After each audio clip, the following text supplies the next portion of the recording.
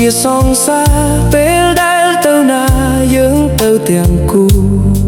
មិនដែលគិតថាអូននឹងក្បត់បងឡើយពាក្យសន្យាដែលអូនធ្លាប់និយាយ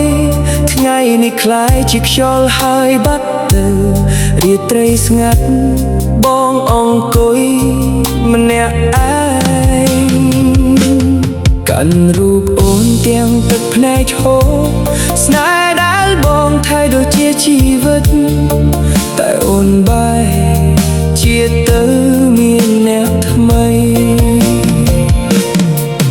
ហេតុអ្វីអូនបំភ្លេចស្នេហ៍យើងចោលបេះដូងបងឲ្យឈឺចាប់បងនៅតែស្មោះរហូតថ្ងៃនេះតែអូនបែរចាកចេញគ្មានស្ដាយអូនក្បត់ចិត្តបងទៅមានថ្មីទុកឲ្យបងយំម្នាក់ឯងរាល់ថ្ងៃស្នេហ៍ដែលបងស្រឡាញ់នោះពីដួងចិត្តចុងក្រោយអូនបំផ្លាញវាគ្មានសល់អ្វី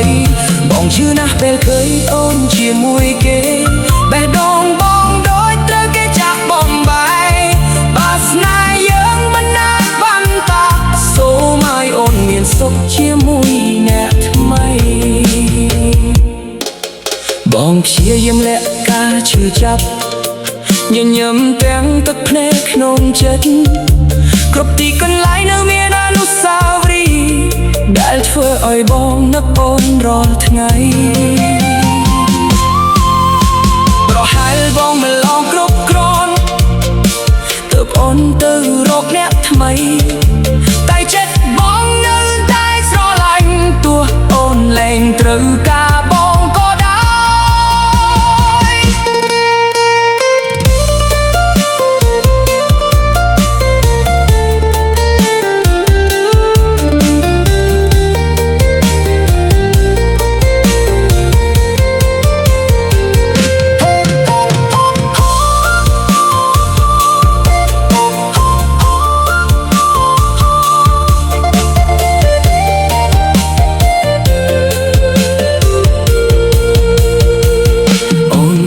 ចិត្តបងទៅ